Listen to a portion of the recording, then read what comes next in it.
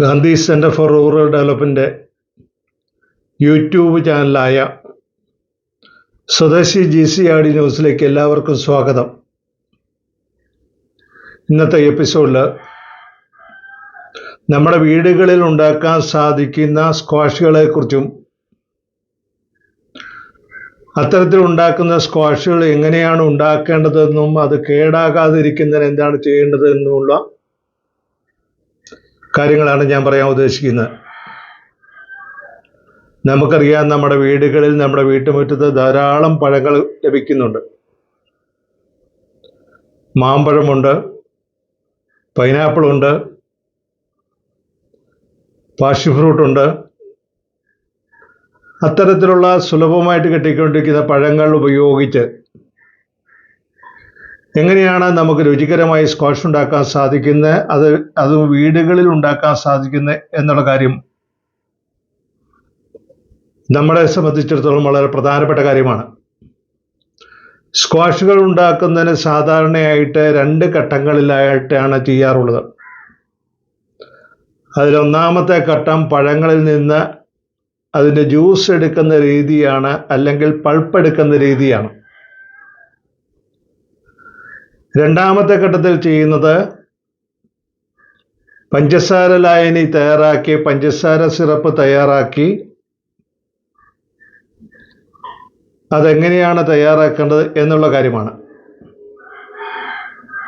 മൂന്നാമതായിട്ട് നമുക്ക് ചെയ്യാൻ പറ്റേണ്ട കാര്യം, തയ്യാറാക്കി വച്ചിരിക്കുന്ന പഴങ്ങളുടെ ജ്യൂസും അല്ലെങ്കിൽ പഴങ്ങളുടെ പൾപ്പും പഞ്ചസാര ലായനിയുമായിട്ട് യോജിപ്പിക്കുന്ന പ്രവർത്തനമാണ്. ഈ 3 കാര്യങ്ങളാണ് നമ്മൾ സ്ക്വാഷ് ഉണ്ടാക്കുന്ന സമയത്ത് സാധാരണയായിട്ട് ചെയ്യേണ്ടത്. എന്നാൽ സ്ക്വാഷ് എങ്ങനെയാണ് ഉണ്ടാക്കുന്നതിന് എത്ര രീതികളുണ്ട് എന്നുള്ളത് അതുപോലെ തന്നെ പ്രധാനപ്പെട്ട കാര്യമാണ്. നമുക്ക് കിട്ടിക്കൊണ്ടിരുന്ന പല പഴങ്ങളും നമുക്കതിൻ്റെ പൾപ്പുണ്ടാക്കുന്നതിന് വ്യത്യസ്ത രീതികളാണ് സ്വീകരിക്കേണ്ടത്. സാധാരണ ഈ സ്ക്വാഷ് ഉണ്ടാക്കുന്നതിന് വേണ്ടി അല്ലെങ്കിൽ സിറപ്പ് ഉണ്ടാക്കുന്നതിന് വേണ്ടി ഉദ്ദേശിക്കുന്നവർ അത്തരത്തിലുള്ള ഒരു പുസ്തകം മേടിച്ച് ആ പുസ്തകത്തിൽ നിന്ന് വായിച്ച് പഴങ്ങൾ ഉണ്ടാക്കുന്നതിന്, സ്ക്വാഷ് ഉണ്ടാക്കുന്നതിന്, സിറപ്പ് ഉണ്ടാക്കുന്നതിന് ശ്രമിക്കും. പക്ഷെ ആ ഒരു ശ്രമം അതീവ ദുഷ്കരവും അതുപോലെ തന്നെ വിജയിക്കാൻ ബുദ്ധിമുട്ടുള്ള കാര്യവുമാണ്. കാരണം 100 കണക്കിന് പഴങ്ങളെക്കുറിച്ച് പുസ്തകത്തിൽ പറഞ്ഞിട്ടുണ്ടായിരിക്കും. അതിൽ പറഞ്ഞിരിക്കുന്ന കാര്യങ്ങൾ ചേരുവയുടെ ഏറ്റക്കുറച്ചിൽ നമുക്ക് വായിച്ചാൽ മനസ്സിലാക്കുന്നതിന് വളരെ ബുദ്ധിമുട്ടുമാണ്. അടിസ്ഥാനപരമായിട്ട് നമുക്ക് സ്ക്വാഷുകൾ ഉണ്ടാക്കുന്നതിന് വേണ്ടിയിട്ടുള്ള അറിവ്, ആ അറിവാണ് നമ്മളെ ഇത്തരം കാര്യങ്ങളെല്ലാം ചെയ്യുന്നതിന് പ്രധാനമായിട്ട് സഹായിക്കുന്ന. അടിത്തറ ഉണ്ടാകണം എന്നാണ് അതിന് പറയുന്നത്. നമുക്കതിന് ഏത് കാര്യങ്ങൾ ചെയ്യുന്നതിനുള്ള ബേസ് നമ്മുടെ കയ്യിലുണ്ട് എങ്കിൽ ആ ബേസിൽ നിന്നുകൊണ്ടാണ് അതിൽ ഏറ്റക്കുറച്ചിൽ വരുത്തി കൂടുതൽ നല്ലതിലേക്ക്, കൂടുതൽ രുചികരമായിട്ടുള്ള കാര്യങ്ങളിലേക്ക് നമുക്ക് കൊണ്ടുപോകാൻ സാധിക്കുന്നത്. ആ ഒരു അറിവ് വളരെ പ്രധാനപ്പെട്ടതാണ്. അതുകൊണ്ട് ഏത് ഉൽപ്പന്ന നിർമ്മാണ പ്രവർത്തനങ്ങളിൽ ഏർപ്പെട്ടിരിക്കുന്ന ആൾക്കാരും ഏറ്റവും കൂടുതൽ ശ്രദ്ധിക്കേണ്ടത് അതിനുള്ള അടിത്തറയായിട്ടുള്ള അറിവ് ഉണ്ടാക്കുന്ന കാര്യമാണ്. ആ അറിവ് കിട്ടിക്കഴിഞ്ഞാൽ നമുക്ക് ഇടത്തോട്ടും വലത്തോട്ടും എല്ലാം നമുക്ക് തിരിയാൻ പറ്റും. ചേരുവയിൽ ആവശ്യമായ മാറ്റങ്ങൾ വരുത്തി നമ്മുടേതായ തനത് രീതിയിൽ തന്നെ അങ്ങനെ ഉണ്ടാക്കുന്ന സാധനങ്ങളെ കൂടുതൽ രുചികരമാക്കുന്നതിന് നമുക്ക് സാധിക്കുകയും ചെയ്യും.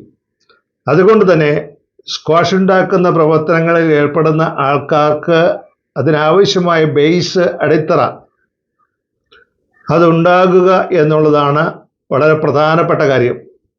പഴങ്ങൾ പ്രധാനമായിട്ട് 4 രീതിയിലാണ് ഉണ്ടാക്കാൻ സാധിക്കുന്നത്.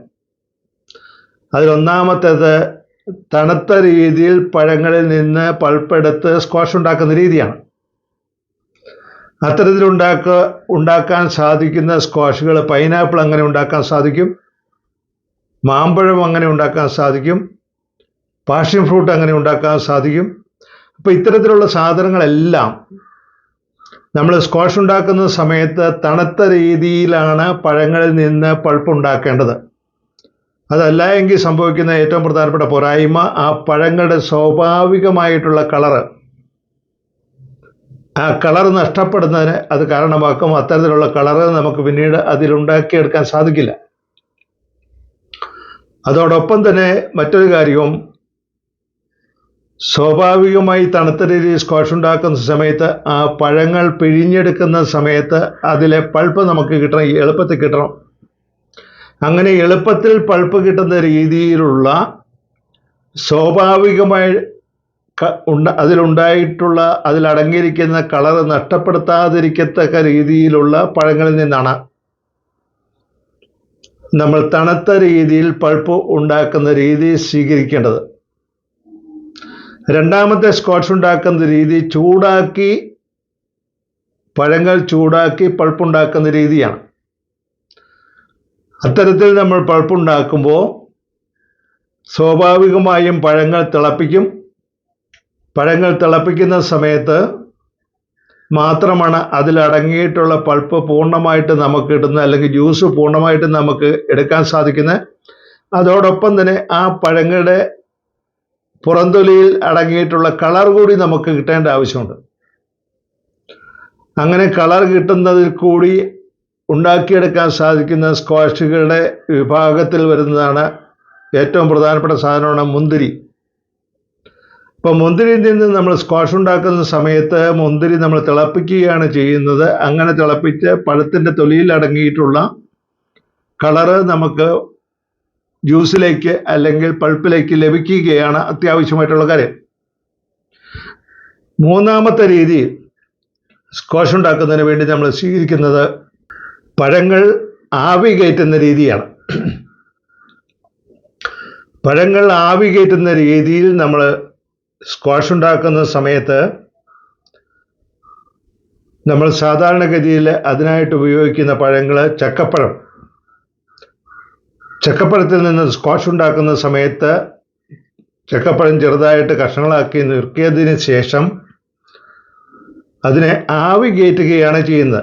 എന്ന് വെച്ചാൽ നമുക്ക് മിക്സിക്കകത്ത് അരച്ചെടുക്കാൻ സാധിക്കുന്ന രീതിയിലേക്ക് ആ പരുവത്തിലേക്ക് അതിനെ മാറ്റിയെടുക്കേണ്ടതുണ്ട്. നാലാമത്തെ രീതി സ്ക്വാഷ് ഉണ്ടാക്കുന്ന രീതി നമ്മൾ സാധാരണയായി സ്വീകരിക്കുന്നത് പഴങ്ങളിൽ അടങ്ങിയിട്ടുള്ള നാച്ചുറൽ ആയിട്ടുള്ള എസൻസ് അതിൽ തന്നെ നിലനിർത്തി അത് എടുക്കുന്നതിന് വേണ്ടിയിട്ടുള്ള രീതിയാണ്. അത്തരത്തിലുള്ള രീതിയിൽ പ്രധാനപ്പെട്ടത് നമുക്ക് എടുക്കാൻ സാധിക്കുന്ന ഒന്ന് നിറനീണ്ടിയാണ്. നിറനീണ്ടിയുടെ ആ എസൻസ്, ആ മണം അത് നമുക്ക് കിട്ടണമെന്നുണ്ട് എങ്കിൽ അതിൻ്റെ എസൻസ് എടുക്കുന്ന രീതിയിലേക്ക് നമ്മൾ പോകേണ്ട ആവശ്യമുണ്ട്. അതുപോലെ തന്നെ ഇഞ്ചി സ്ക്വാഷ് ഉണ്ടാക്കുന്ന സമയത്ത് ഇഞ്ചിയുടെ എസൻസ് എടുക്കുന്ന രീതിയിലേക്ക് നമ്മൾ പോകേണ്ട ആവശ്യമുണ്ട്. അപ്പോൾ ഇങ്ങനെ സ്ക്വാഷ് ഉണ്ടാക്കുന്നതിന് നാല് രീതികൾ മാത്രമേ ഉള്ളൂ.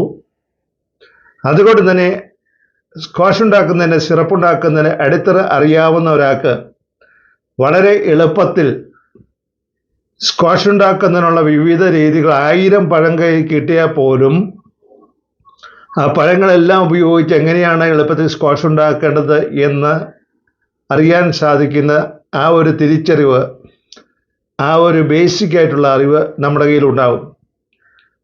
ഈ ബേസിക് ആയിട്ടുള്ള അറിവ് നമ്മുടെ കയ്യിൽ ഇല്ലാതെ വരുന്ന സമയത്താണ്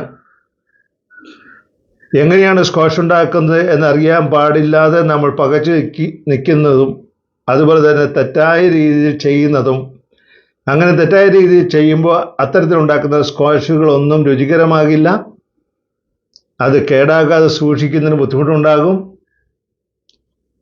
അപ്പോൾ അതുകൊണ്ട് തന്നെ പഴങ്ങളിൽ നിന്ന് സ്ക്വാഷ് ഉണ്ടാക്കുന്നതിനുള്ള അടിസ്ഥാനപരമായിട്ടുള്ള 4 രീതികൾ. ഒന്ന്, ചൂടാക്കാതെ തണുത്ത രീതിയിൽ തന്നെ സ്ക്വാഷ് ഉണ്ടാക്കുന്ന രീതി.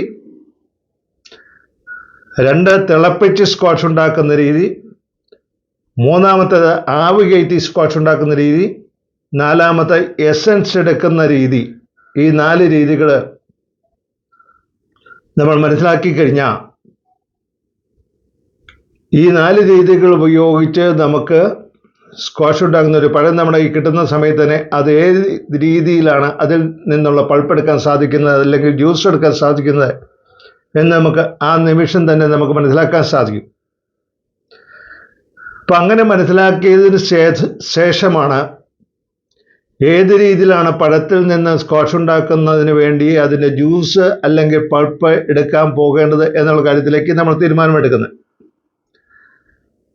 ഇപ്പം ഞാൻ നേരത്തെ തന്നെ സൂചിപ്പിച്ചു, സ്ക്വാഷ് ഉണ്ടാക്കുന്നതിന് അല്ലെങ്കിൽ സിറപ്പ് ഉണ്ടാക്കുന്നതിന് പ്രധാനമായിട്ടും 2 ഘട്ടങ്ങളാണുള്ളത്. അതിൽ ഒന്നാമത്തെ പഴത്തിൽ നിന്ന് ജ്യൂസ് എടുക്കുന്ന അല്ലെങ്കിൽ പൾപ്പ് എടുക്കുന്ന ഘട്ടമാണ്. രണ്ടാമത്തത് അതിനാവശ്യമായ മധുരം കൊടുക്കുന്നതിന് വേണ്ടി പഞ്ചസാര ലായനി അല്ലെങ്കിൽ ശർക്കര ലായനി തയ്യാറാക്കുന്ന രീതിയാണ്. ആദ്യത്തെ ഘട്ടത്തിൽ പൾപ്പെടുക്കുന്നതിന് വേണ്ടി നമുക്ക് ചില പഴങ്ങളാണെങ്കിൽ നമുക്ക് നേരെ അത് പിഴിഞ്ഞ് തന്നെ അതിൻ്റെ അതിൻ്റെ ജ്യൂസ് എടുക്കാൻ പറ്റും. പിഴിഞ്ഞെടുക്കുന്ന സമയത്താണെങ്കിൽ കൂടിയും അത് മിക്സിക്കകത്തിട്ട് ഒന്ന് നന്നായിട്ട് അരച്ചെടുക്കുന്ന രീതിയിലേക്ക് പോകുന്നതാണ് എല്ലായ്പ്പോഴും നമ്മൾ ഉണ്ടാക്കുന്ന സ്ക്വാഷിന് തിക്നെസ് കൂട്ടാൻ സാധിക്കുന്നത്. ഉദാഹരണത്തിന് പൈനാപ്പിൾ സ്ക്വാഷ് നമ്മൾ ഉണ്ടാക്കുന്ന സമയത്ത് പൈനാപ്പിൾ നന്നായിട്ട് പിഴിഞ്ഞെടുത്തിട്ടുണ്ട് എങ്കിൽ അതിനകത്ത് ജ്യൂസ് നമുക്ക് കിട്ടും. എന്നാൽ ആ പൈനാപ്പിൾ നമ്മളൊന്ന് അരച്ചെടുക്കുന്ന സമയത്ത് അതിൻ്റെ പൾപ്പ് കൂടി നമുക്ക് കിട്ടുന്നത് കൊണ്ട് അത് തിക്കായിട്ടുള്ള സ്ക്വാഷായിട്ട് മാറും. അങ്ങനെ തിക്കായിട്ടുള്ള സ്ക്വാഷാക്കി മാറ്റുന്നതിന് വേണ്ടി പൈനാപ്പിളിൻ്റെ കണ്ണ് കുത്തണം, പുറമുള്ള ചെത്തണം, അത് കഴിഞ്ഞ് കണ്ണ് കുത്തി കളയണം. അതിനുശേഷമാണ് ചെറിയ കഷ്ണങ്ങളാക്കി ഞുറുക്കി നമ്മൾ മിക്സിക്കകത്തിട്ട് അരയ്ക്കുന്നത്. അപ്പോൾ ഇത്തരം കാര്യങ്ങളെല്ലാം നമ്മൾ ചെയ്യുന്ന സമയത്ത് നമ്മൾ സ്വാഭാവികമായിട്ട് അറിഞ്ഞിരിക്കേണ്ട അതിനകത്തെ ബേസിക് ആയിട്ടുള്ള കാര്യങ്ങളാണ്. പഞ്ചസാര ലായനി തയ്യാറാക്കുന്ന സമയത്ത് തന്നെ അല്ലെ ശർക്കര ലായനി തയ്യാറാക്കുന്ന സമയത്ത് തന്നെ അത് വെള്ളത്തിൽ ലയിപ്പിച്ച് അത് നന്നായിട്ട് തിളപ്പിച്ചെടുക്കുന്ന കാര്യമാണ്. അങ്ങനെ തിളപ്പിച്ചെടുക്കുന്ന സമയത്ത് അതിനകത്തേക്ക് നമുക്ക് സിട്രിക് ആസിഡ് ചേർക്കേണ്ട ആവശ്യമുണ്ട്. സിട്രിക് ആസിഡ് എന്ന് പറയുന്നത് പഴങ്ങൾക്ക് ആവശ്യത്തിനുള്ള പുളി കൊടുക്കാൻ നമ്മൾ ഉണ്ടാക്കി പോകുന്ന സ്ക്വാഷിന് ആവശ്യത്തിനുള്ള പുളി ഉണ്ടാക്കി കൊടുക്കുക. അതോടൊപ്പം തന്നെ സിറപ്പുകൾ ഉണ്ടാക്കുന്ന സമയത്ത് അതിൻ്റെ അകത്ത് ചേർത്തിരിക്കുന്ന പഞ്ചസാരയുടെ അല്ലെങ്കിൽ ശർക്കരയുടെ അളവ് വളരെ കൂടുതലായിരിക്കും. അങ്ങനെ കൂടുതലാകുന്ന സമയത്ത് അത് വീണ്ടും കട്ടിയാകുന്നതിനുള്ള സാധ്യതയുണ്ട്. കല്ല് കടിക്കുന്ന പോലെ ചെറിയ ചെറിയ പഞ്ചസാര തരികളായിട്ട് രൂപാന്തരപ്പെടുന്നതിനുള്ള സാധ്യതയുണ്ട്. അപ്പോൾ ആ അവസ്ഥയെ തടയുന്നതിനും കൂടി വേണ്ടിയിട്ടാണ് ഒന്ന് നമ്മൾ ഉണ്ടാക്കുന്ന സ്ക്വാഷിൻ്റെ രുചി കൃത്രിമമാക്കുന്നതിന് വേണ്ടി അതിന് അല്പം പുളി ഉണ്ടാക്കി കൊടുക്കുക. അതോടൊപ്പം തന്നെ പഞ്ചസാര ക്രിസ്റ്റലായിട്ട് തിരിയുന്നതിനെ തടയുക. ഈ 2 കാര്യങ്ങൾക്ക് വേണ്ടി നമ്മൾ പഞ്ചസാര ലായനി ഉണ്ടാക്കുന്ന സമയത്ത് അത് തിളയ്ക്കുന്നതിന് തൊട്ട് മുമ്പ് അതിൻ്റെ അകത്തേക്ക് സിട്രിക് ആസിഡ് ചേർത്ത് കൊടുക്കേണ്ട ആവശ്യമുണ്ട്. അപ്പോൾ ഇത്രയും കാര്യങ്ങളാണ് നമ്മൾ സ്ക്വാഷ് ഉണ്ടാക്കുന്ന സമയത്ത് നമ്മൾ പ്രധാനമായിട്ട് ശ്രദ്ധിക്കേണ്ടത്. ഇനി ഇതോടൊപ്പം തന്നെ നമ്മൾ ചേർത്ത് വായിക്കേണ്ട, നമ്മൾ അറിഞ്ഞിരിക്കേണ്ട കാര്യം ഇതിൻ്റെ ചേരുവയാണ്. 1 കിലോ പൾപ്പ് നമുക്ക് കിട്ടുന്ന സമയത്ത് അത് സ്ക്വാഷ് ഉണ്ടാക്കുന്നതിന് വേണ്ടി അതിൻ്റെ അകത്തേക്ക് ചേർക്കേണ്ട വെള്ളത്തിൻ്റെ അളവുണ്ട്. അതുപോലെ തന്നെ അതിൻ്റെ അകത്തേക്ക് ചേർക്കേണ്ട പഞ്ചസാരയുടെ അല്ലെങ്കിൽ ശർക്കരയുടെ അളവുണ്ട്, സിട്രിക് ആസിഡിൻ്റെ അളവുണ്ട്. 1 കിലോ പൾപ്പിന് നമ്മൾ 1/400 വെള്ളവും 1/600 പഞ്ചസാരയുമാണ് ചേർക്കേണ്ടത്. 1 കിലോ 600 ഗ്രാം പഞ്ചസാരയും 1 കിലോ 400 ഗ്രാം വെള്ളവുമാണ്. അതിൻ്റെ അകത്തേക്ക് ചേർക്കേണ്ട സിട്രിക് ആസിഡിൻ്റെ അളവ് 15 മുതൽ 20 ഗ്രാം വരെ സിട്രിക് ആസിഡാണ് ചേർക്കേണ്ടത്. അങ്ങനെ ചേർക്കേണ്ട സിട്രിക് ആസിഡ് 15 മുതൽ 20 ഗ്രാം വരെ എന്ന് നമ്മൾ പറയുമ്പോൾ നല്ല മധുരമുള്ള പഴങ്ങളാണ് എങ്കിൽ ചേർക്കുന്ന സിട്രിക് ആസിഡിൻ്റെ അളവ് കൂടുതലായിരിക്കണം, എന്ന് വെച്ചാൽ മാക്സിമം ആയിരിക്കണം. അങ്ങനെയുള്ള സ്ക്വാഷ് ഉണ്ടാക്കുന്ന സമയത്ത് നമ്മൾ 20 ഗ്രാം സിട്രിക് ആസിഡ് ചേർക്കണം. ചെറുപുളി ചെറുമധുരം ആ രീതിയിൽ നിൽക്കുന്ന പഴങ്ങളാണ് എങ്കിൽ, അല്ലെ പുളിയുടെ അംശമുള്ള പഴങ്ങളാണ് എങ്കിൽ അവിടെ നമ്മൾ മിനിമം സിട്രിക് ആസിഡ് ചേർത്താൽ മതി. അതായത് 15 ഗ്രാം ചേർത്താൽ മതി. അപ്പോൾ ഇങ്ങനെ നമ്മൾ ഉണ്ടാക്കുന്ന സ്ക്വാഷ്, അതിൻ്റെ അകത്തെ പഴത്തിൻ്റെ ജ്യൂസ് അല്ലെങ്കിൽ പഴത്തിൻ്റെ പൾപ്പ് നന്നായിട്ട് തണുത്തതിന് ശേഷം പഞ്ചസാര ലായനിയുമായിട്ട് ചേർക്കുന്ന മിക്സ് ചെയ്യുന്ന പരിപാടിയാണ് അവസാനമായിട്ട് ചെയ്യേണ്ടത്. അങ്ങനെ മിക്സ് ചെയ്യുന്ന സമയത്ത് നമ്മൾ പ്രത്യേകമായിട്ട് ശ്രദ്ധിക്കേണ്ട ഒരു കാര്യം, പഞ്ചസാര ലായനി പൂർണ്ണമായിട്ടും തണുത്ത് കഴിഞ്ഞതിന് ശേഷം മാത്രമേ മിക്സ് ചെയ്യാവൂ. പഴത്തിൻ്റെ ജ്യൂസ് പൾപ്പ് ചൂടാക്കുന്ന രീതിയിൽ ഉണ്ടാക്കിയിരിക്കുന്ന പഴത്തിൻ്റെ ജ്യൂസാണെങ്കിൽ അതും പൂർണ്ണമായിട്ട് തണുത്തിരിക്കണം. അതുപോലെ തന്നെ പഞ്ചസാര ലായനി അല്ലെങ്കിൽ ശർക്കര ലായനിയും പൂർണ്ണമായിട്ടും തണുത്തിരിക്കണം. അങ്ങനെ തണുത്ത് കഴിഞ്ഞ രണ്ട് സാധനങ്ങളാണ് പരസ്പരം നന്നായിട്ട് യോജിപ്പിച്ച് മിക്സ് ചെയ്യേണ്ടത്. അപ്പോൾ ഇങ്ങനെ നമ്മൾ ഉണ്ടാക്കുന്ന സ്ക്വാഷ് അണുക്കളുടെ സാന്നിധ്യമില്ലാതെ നമുക്ക് ഉണ്ടാക്കാൻ സാധിച്ചാൽ അത് എത്ര കാലം ഇരുന്നാലും കേടാകില്ല. അതാണ് നമ്മൾ സ്ക്വാഷ് ഉണ്ടാക്കുന്നതിൻ്റെ പ്രൊഫഷണലിസം എന്ന് പറയുന്നത്. ഒരു സ്ക്വാഷ് നമ്മൾ ഉണ്ടാക്കി കഴിഞ്ഞാൽ ആ സ്ക്വാഷ് അതിൻ്റെ എക്സ്പയറി ഡേറ്റ് കഴിയുന്ന സമയം വരെ കേടാകാതിരിക്കുന്നു എന്ന് പറയുന്നതാണ്. ഒരാളിന് സ്ക്വാഷ് ഉണ്ടാക്കുന്നതിനുള്ള വൈദഗ്ധ്യമുണ്ട്, സ്ക്വാഷ് ഉണ്ടാക്കുന്നതിന് അയാൾക്ക് അത്തരം കാര്യങ്ങൾ പ്രൊഫഷണലിസം ഉണ്ട് എന്ന് പറയുന്നതിൻ്റെ കാര്യം. നമ്മൾ സാധാരണ ഈ സ്ക്വാഷുകളെല്ലാം ഉണ്ടാക്കിയതിന് ശേഷം ഫ്രിഡ്ജിൻ്റെ അകത്ത് വെച്ചിരിക്കും. കാരണം കേടാകാതിരിക്കാൻ വേണ്ടിയാണ്. അങ്ങനെ ഫ്രിഡ്ജിൻ്റെ അകത്ത് സൂക്ഷിക്കേണ്ട സാധനമല്ല സ്ക്വാഷ്. അങ്ങനെ സൂക്ഷിക്കുന്നതുകൊണ്ട് അത് കേടാകാതിരിക്കണം നിർബന്ധവുമില്ല. സ്ക്വാഷ് സാധാരണഗതിയിൽ അതിൻ്റെ എക്സ്പയറി ഡേറ്റ് കഴിയുന്ന സമയത്ത് അതിൻ്റെ ജ്യൂസിൻ്റെ രുചി കുറയുന്നത് മാത്രമാണ് സംഭവിക്കുന്ന കാര്യം. അതല്ലാതെ സ്ക്വാഷുകൾ കേടാകുന്ന ഒരവസ്ഥയിലേക്ക് നന്നായിട്ട് സ്ക്വാഷ് ഉണ്ടാക്കാൻ അറിയാവുന്ന ഒരാൾ ഉണ്ടാക്കുന്ന സമയത്ത് അത്തരം ഒരവസ്ഥ ഉണ്ടാകില്ല. അപ്പോൾ ഇത്തരം കാര്യങ്ങളാണ് നമ്മൾ സ്ക്വാഷ് ഉണ്ടാക്കുന്ന സമയത്ത് പ്രത്യേകമായിട്ട് ശ്രദ്ധിക്കേണ്ടത്. ഞാൻ പ്രധാനപ്പെട്ട കാര്യങ്ങളെല്ലാം ഞാനിവിടെ സൂചിപ്പിച്ചു, ഇങ്ങനെ പറഞ്ഞു കേട്ടു എന്നുള്ളത് കൊണ്ട് സ്ക്വാഷ് ഉണ്ടാക്കുന്നത് നമ്മൾ പഠിച്ചു എന്ന് വിചാരിക്കരുത്. സ്ക്വാഷ് ഉണ്ടാക്കുന്ന രീതി, സിറപ്പ് ഉണ്ടാക്കുന്ന രീതി, അങ്ങനെയുള്ള കാര്യങ്ങളെല്ലാം നമ്മൾ നേരിട്ട് ഒരു ക്ലാസ്സിൽ പോയിരുന്ന് അതുണ്ടാക്കുന്നത് അധ്യാപകൻ്റെ സഹായത്തോടുകൂടി, പരിശീലകൻ്റെ സഹായത്തോടുകൂടി പഠിക്കേണ്ട കാര്യമാണ്. അതിൻ്റെ ബേസിക് കാര്യങ്ങൾ പഠിച്ചു കഴിഞ്ഞാൽ അതിനുശേഷം ഓരോ പ്രാവശ്യം ഉണ്ടാക്കുന്ന സമയത്ത് നമുക്ക് ചെറിയ ഏറ്റക്കുറച്ചിൽ വരുത്തി, ചേരുവയിൽ ഏറ്റക്കുറച്ചിൽ വരുത്താം എന്ന് ഞാൻ പറയുമ്പോൾ അതിനകത്ത് നമ്മൾ ചേർത്തിരിക്കുന്ന പഞ്ചസാര ലായനിയുടെ അളവ്, വെള്ളത്തിൻ്റെ അളവ്, ഇത്തരം കാര്യങ്ങളെല്ലാം അതിന് ആനുപാതികമായിട്ട് അതിൻ്റെ തിക്നെസ് വളരെ കൃത്യമാക്കുന്നതിന് വേണ്ടി നമുക്ക് കൂട്ടൽ കുറയ്ക്കൽ നടത്താവുന്നതാണ്. അപ്പോൾ ഇത്തരം കാര്യങ്ങളെല്ലാം ചെയ്യുന്നതിന് വേണ്ടി നമുക്ക് അടിത്തറ ഉണ്ടാക്കുക എന്നുള്ള കാര്യമാണ്. അടിത്തറ ഉണ്ടാക്കുന്ന കാര്യത്തിന് വേണ്ടിയാണ് ഞാൻ സൂചിപ്പിച്ചത് പരിശീലകൻ്റെ അടുത്ത് പോയി പഠിക്കുക എന്നുള്ള കാര്യം. അപ്പോൾ ഇന്നത്തെ ഈ എപ്പിസോഡിൽ കൂടി നമ്മുടെ വീടുകളിൽ, നമ്മുടെ വീട്ടുപുരത്ത് കിട്ടുന്ന പഴവർഗ്ഗങ്ങളെല്ലാം നമുക്ക് എങ്ങനെയാണ് കേടാക്കാതെ സൂക്ഷിക്കാൻ സാധിക്കുന്നത് എന്നുള്ള കാര്യമായിട്ട് ഞാൻ നിങ്ങളുടെ ശ്രദ്ധയിലേക്ക് കൊണ്ടുവന്നത്. ഈ വീഡിയോ നിങ്ങൾക്ക് ഉപകാരപ്രദമെന്ന് തോന്നിയാൽ മറ്റുള്ളവർക്കൊന്ന് ഷെയർ ചെയ്യുക. അതോടൊപ്പം തന്നെ ഈ ചാനലൊന്ന് സബ്സ്ക്രൈബ് ചെയ്യുക. അതിലുപരിയായിട്ട് ബെല്ലൈക്കൺ ഒന്ന് അമർത്തുക. നിങ്ങളുടെ യൂട്യൂബിൽ വരുന്ന വീഡിയോയിൽ ഹൈപ്പ് സിഗ്നൽ അതിൻ്റെ അകത്തുണ്ട് എങ്കിൽ ഒന്ന് ഹൈപ്പ് ചെയ്യുകയും കൂടി ചെയ്യുക. ഈ വീഡിയോ കേട്ടുകൊണ്ടിരുന്ന എല്ലാവരോടും ഞാൻ പ്രത്യേകമായിട്ട് നന്ദി പറയുന്നു. നന്ദി, നമസ്കാരം, ജയ് ഹിന്ദ്.